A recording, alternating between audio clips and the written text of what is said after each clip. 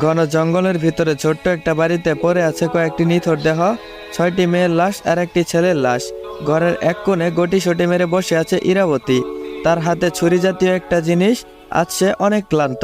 তার শরীরের পরনে আকাশি রঙের শাড়িখানা রক্তে লাল হয়ে গিয়েছে। প্রায় 2 মাস ধরে এখানে বন্দী হয়ে পড়েছিল ইরাবতী। তার চেহারাখানাতে সেই আগের মতো মায়াবী ভাবটি নেই। চোখের কোণে কালো দাগ পড়ে গিয়েছে, চুলগুলো উস্কো খুস্কো হয়ে গিয়েছে। হঠাৎ বাহিরে কিছু লোকের পায়ের শব্দ শুনে ইরাবতী ভয় পেতে শুরু করলো। তাহলে কি আবারও নতুন কোনো সমস্যায় পড়তে হবে তাকে? এসব মনের ভিতর উকি মারতেই রুমের ভিতরে কয়েকজন লোক প্রবেশ করলো। তারা প্রথমে লাশগুলোকে দেখলো, এরপর ইরাবতীর দিকে তাকালো। ইরাবতীর হাতে তখনও সেই ছুরিটি ছিল। ইরাবতী বুঝতে পারলো যারা ভিতরে প্রবেশ করেছে তারা পুলিশের লোক। ইরাবতী তাদেরকে দেখে যেন বাঁচার একটা আশা ফিরে পেল, কিন্তু তাকে ভুল প্রমাণ করে পুলিশগুলো তার হাতে হাতকড়া পরিয়ে দিল। কারণ পুলিশের ধারণা অনুযায়ী খুন করেছে ইরাবতী। ইরাবতীও কিছু বলার মতো অবস্থাতে নেই, তাই সে কোনো কিছু না বলে তাদের সাথে গাড়িতে করে সেই নরকের জায়গা থেকে বের হতে লাগলো। গাড়িতে ওঠার পর আশেপাশে ভালো করে তাকিয়ে দেখছে পরিবেশটা। কতদিন পর বাহিরের পরিবেশ দেখছে, মনে হচ্ছে কত বছর পর বাহিরের আলো বাতাস তার গায়ে লাগছে। সেই যখন এখানে এসেছিল তখন রাত ছিল, আর এখন দিনের বেলায় চারদিকটা কত ভালো করেই দেখা যাচ্ছে। এরপর গাড়ি গিয়ে থামলো পুলিশ স্টেশন। ইরাবতীকে একটা লকআপে আটকিয়ে রাখা হলো। ইরাবতী আবারও বন্দী হয়ে পড়ল। সে ভাবতে শুরু করলো কি সুন্দর জীবনটাই না ছিল তার, আর আজকে তার কি দুরবস্থা। অতীতের কথাগুলো মনে পড়তেই চোখ দিয়ে পানি ঝরতে শুরু করলো। এসব নিয়ে ভাবছে, এরই মধ্যে বাহির থেকে একজন এসে তাকে প্লেটে করে খাবার দিয়ে গেল। ইরাবতী খাবারগুলো খেয়ে নিল, এরপর শুয়ে পড়ল।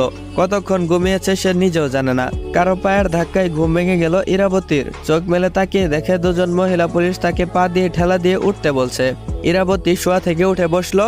মহিলা পুলিশ বলল, এই নে ধর, তোর শরীরের কাপড় খুলে এই কাপড়গুলো পরে নে। ইরাবতী চুপচাপ কাপড়টি হাতে নিয়ে আড়ালে চলে গিয়ে কাপড় পরিবর্তন করে আসলো। এরপর মহিলা পুলিশটি বলল, এইবার বল তোর নাম কি? ইরাবতী কোনো কথা বলছে না। মহিলা পুলিশ আবারও বলল, কি হলো, কথা কানে যায় না? বল তোর নাম কি? ইরাবতী চুপ করে আছে। মহিলা পুলিশ বলল, তুই কি বোবা নাকি? কানে শুনিস না নাকি? ইরাবতী চুপ করে আছে। তারপর মহিলা পুলিশটি বলল, বুঝেছি, গায়ে একটা লাঠির বাড়ি দিলেই সব মুখ দিয়ে এমনিতেই বের হয়ে আসবে। এরপর দুজন মহিলা পুলিশ ইরাবতীকে মারতে লাগলো। এরপরেও ইরাবতী মুখ থেকে একটা কথা বের করতে পারছে না, এমনকি একটা শব্দও বের করেনি। মহিলা পুলিশ দুজনে ক্লান্ত হয়ে বাহিরে চলে গেল। সোজা চলে গেল পুলিশ অফিসারের কাছে।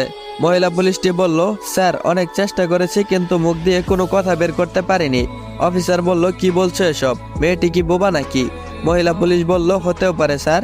অফিসার বলল, যেভাবেই হোক পরিচয় জানতে হবে এই মেয়ের, কেননা যে ছেলের লাশ পাওয়া গিয়েছে সেই ছেলে একজন সম্ভ্রান্ত পরিবারের ছেলে। তার বাবা যে কি করতে পারে সেটা বলতে হবে না আর। তারপর মহিলা পুলিশটি বলল, স্যার, আমরা আমাদের সাধ্যমতো চেষ্টা করেছি। যা আমার মেরেছি মনে হয় জ্ঞান হারিয়ে ফেলেছে। কালকে তো কোর্টে নিয়ে যাবেন, সেইখানেই না হয় বাকিটা জানা যাবে। তারপর অফিসার বলল, আচ্ছা ঠিক আছে, দেখা যাক কি হয় তাহলে। এইদিকে ইরাবতীর অবস্থা খুব খারাপ, সারা শরীর ব্যথা করছে। এরপর আর কিছুই মনে নেই তার। ঘুম ভাঙলো আবারও কারো পানির ছিটায়। মহিলা পুলিশটি বলল, এই উঠ, অনেক ঘুমিয়েছিস, এবার গাড়িতে গিয়ে বসবি চল। ইরাবতী অনেক কষ্ট করে উঠে দাঁড়ালো। গতকাল তার উপর যে অত্যাচার করা হয়েছে তাতে তার অবস্থা খারাপ হওয়ারই কথা। ছোট ছোট পা ফেলে কোনো রকম গাড়িতে গিয়ে বসলো। এরপর গাড়ি চলা শুরু করলো। কোর্টের ভিতরে ইরাবতীকে হাজির করানো হলো। সেখানে খুন হওয়া ছেলের বাবাও উপস্থিত হয়েছে, সাথে বড় বড় কয়েকজন উকিল সাথে করে নিয়ে এসেছে। বিচার শুরু হলো। জজ বিচার শুরু করার অনুমতি দিয়েছে। বিপক্ষ উকিল একের পর এক কথা বলেই যাচ্ছে ইরাবতীর নামে। উকিলের সব কথা শুনে জজ ইরাবতীর দিকে তাকালো। এরপর বলল, তোমার পক্ষে কোনো উকিল নেই? ইরাবতী মাথা নাড়িয়ে না সূচক উত্তর দিল। জজ বলল, কি হলো, কথা বলছো না কেন?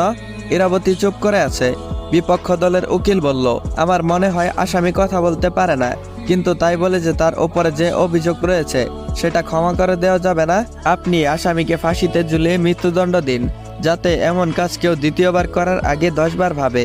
জজ বলল, যেহেতু আসামির বিরুদ্ধে সকল কিছু প্রমাণিত হয়েছে তাই আদালত আসামিকে মৃত্যুদণ্ড দণ্ডিত করল। ইরাবতী জজের দেওয়া রায় শুনে একটা শব্দও করল না, কারণ সে আগে থেকেই জানতো তার ভাগ্যে এমনটাই ঘটবে। তার বেঁচে থেকেই বা কি লাভ? যে মানুষটা তার জন্য এত কিছু করলো সেই মানুষটাই তো আর বেঁচে নেই, সেখানে আর বেঁচে থেকেই বা কি লাভ? এরপর ইরাবতীকে জেলখানায় নিয়ে যাওয়া হলো। 15 দিন পর ইরাবতীর ফাঁসি হবে। তার পরিবারের কেউ জানেই না ইরাবতী এখন কোথায় আছে। কিভাবেই বা জানবে? তার পরিবারের কাউকে না জানিয়ে এত দূরে চলে এসেছিল। এখন তার শাস্তি তো তাকে পেতে হবেই। জেলখানাতে এভাবেই 3টি দিন কেটে গেল।